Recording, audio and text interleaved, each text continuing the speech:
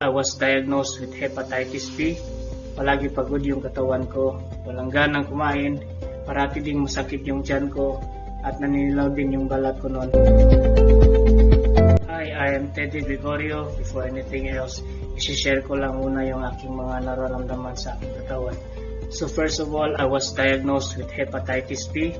Palagi pagod yung katawan ko, walang ganang kumain, parati ding masakit yung tiyan ko, at naninilaw din yung balat ko noon. So, one time, nag-pop up sa wall ko itong liver care at pinakinggan ko siyang mabuti. Pinanood ko yung mga reviews, mga testimonies ng mga taong nakapag-try na. So sabi ko, bakit hindi ko ito try? Baka sakaling ito na yung makakasagot sa aking problema sa liver ko. So noong February, nag-order ako ng 1 bottle muna for trial, because I just want to try if hiyang ba sa akin. So habang tinitake ko siya, in just 2 weeks time na pagtitake ko nito, naramdaman ko talaga ang malaking improvement.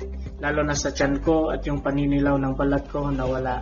And then I took my blood work and salamat sa Panginoon, yung result is hepatitis B, non-reactive na po ako ngayon. Hindi ko pa nga nauubos yung isang bote nito.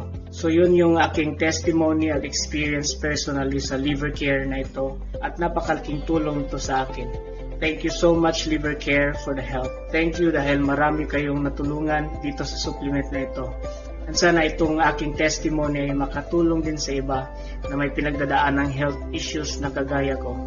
Maraming salamat Liver Care.